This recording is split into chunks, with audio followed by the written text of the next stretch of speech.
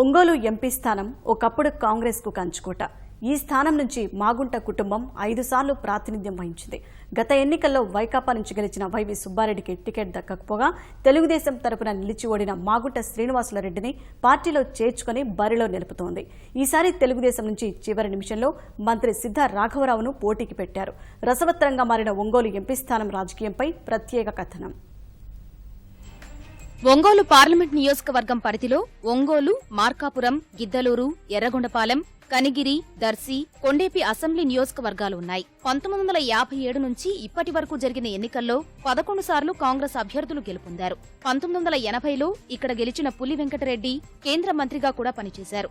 ఇక్కడ 3 సార్లు పోటీ చేసిన మేకపాటి రాజమోహన్ రెడ్డి కాంగ్రెస్ నుంచి విజయం సాధించినా తెలుగుదేశం నుంచి పోటీ చేసిన 2 సార్లు ఓడిపోయారు. ప్రముఖ పారిశ్రామికవేత్త, నెల్లూరు జిల్లాకు చెందిన నాయకుడు మాగుంట సుబ్బరామిరెడ్డి 1991లో ఇక్కడ గెలుపొందారు. తరువాత ఆయన భార్య పార్వతమ్మ, సుబ్బరామిరెడ్డి సోదరుడు మాగుంట శ్రీనివాసులురెడ్డి ఇక్కడ నుంచి విజయం సాధించారు. 1999లో తెలుగుదేశం తరపున పోటీ చేసిన కరణం బలరాం శ్రీనివాసులురెడ్డిపై విజయకేతనం ఎగరేశారు.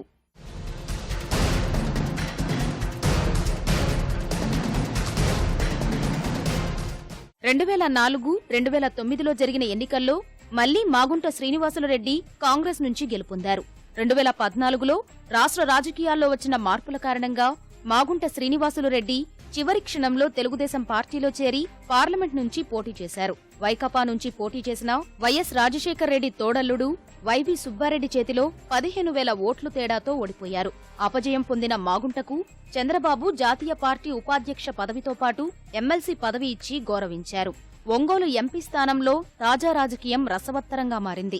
చివరి నిమిషంలో మాగుంట శ్రీనివాసులరెడ్డి తెలుగుదేశం నుంచి వైకాపాలోకి చేరారు.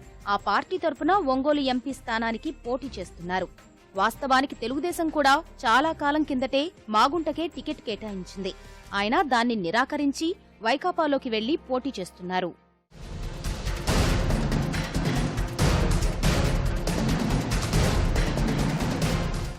సిట్టింగ్ ఎంపీగా ఉన్న వైవి సుబ్బారెడ్డికి వైకాపా మొండి చేయి చూపించడం ఆ పార్టీలో అసంతృప్తికి దారితీసింది. టికెట్ విషయంలో జగన్ ఖరాఖండిగా వ్యవహరించడంపై సుబ్బారెడ్డి కినుక వహించారు. అమరావతిలో వైఎస్ జగన్ గృహప్రవేశానికి, పార్టీ కార్యాలయ ప్రారంభోత్సవానికి హాజరు కాని వైవి ఆ తరువాత కాస్త మెత్తబడ్డారు. 1-2 సార్లు జగన్తో కలిసి తిరిగినా ఆ తర్వాత ఆయన జాడ లేకుండా పోయింది. మాగుంటకు టికెట్ ప్రకటించిన అనంతరం సుబ్బారెడ్డి విదేశాలకు వెళ్లడం చర్చనీయాంశమైంది. జిల్లాలో జరిగిన జగన్ ప్రచార సభకు కూడా సుబ్బారెడ్డి రాలేదు. వైవి అలక ప్రభావం వైకాపాపై ఉండే అవకాశం ఉంది. సుబ్బారెడ్డి జిల్లాలో ఉండి ప్రచారం చేస్తారా, తాను ఇన్ఛార్జిగా ఉన్న ఉభయ గోదావరి జిల్లాలకు పరిమితమవుతారా అన్నది చూడాలి. వైకాపా అసెంబ్లీ బరిలో కొందరు బలహీన అభ్యర్థులను నిలపడం ఎంపీ అభ్యర్థిపై ప్రభావం చూపే అవకాశముంది. వైవి సుబ్బారెడ్డి వర్గంతో పాటు మరికొన్ని చోట్ల ఉన్న అసంతృప్త వాదుల వల్ల మాగుంట ఇబ్బంది పడే అవకాశమూ లేకపోలేదు. ఇన్నాళ్లు తెలుగుదేశం పార్టీలో ఉండి ఒక్కసారిగా పార్టీ ఫిరాయించడం కూడా వ్యతిరేక పరిస్థితులకు దారితీసే అవకాశముంది.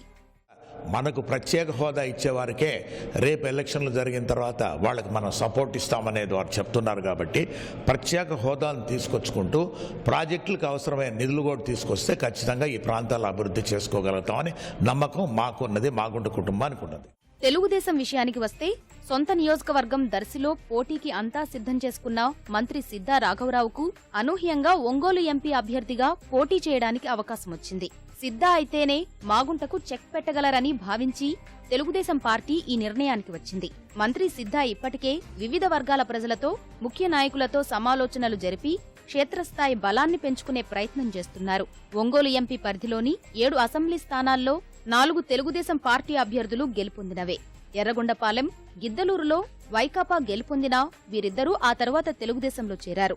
ప్రస్తుత పరిస్థితుల దృష్ట్యా తెలుగుదేశం పార్టీకే కొంత సానుకూలత ఉందని చెప్పాలి. సంక్షేమ పథకాలు, కార్యకర్తల బలం, మంత్రిగా జిల్లాకు, దర్శి నియోజకవర్గానికి చేసిన సేవలు తన విజయావకాశాలను పెంచుతాయని సిద్ధా ధీమా వ్యక్తం చేస్తున్నారు. దర్శిలో ఏ విధంగా అభివృద్ధి జరిగిందో రాబోయే రోజుల్లో మీ 7 నియోజకవర్గాల్లో కూడా దానికన్నా డబుల్ అభివృద్ధి చేస్తాను. మంచి మెజార్టీ, భారీ మెజార్టీతో ఈరోజు గెలిపించడానికి సిద్ధంగా ఉన్నారు. మొత్తానికి ఒంగోలు పార్లమెంట్ రాజకీయం రసవత్తరంగా సాగుతోంది. హోరాహోరీ పోటీలో గెలుపు ఎవరిదో వేచి చూడాలి.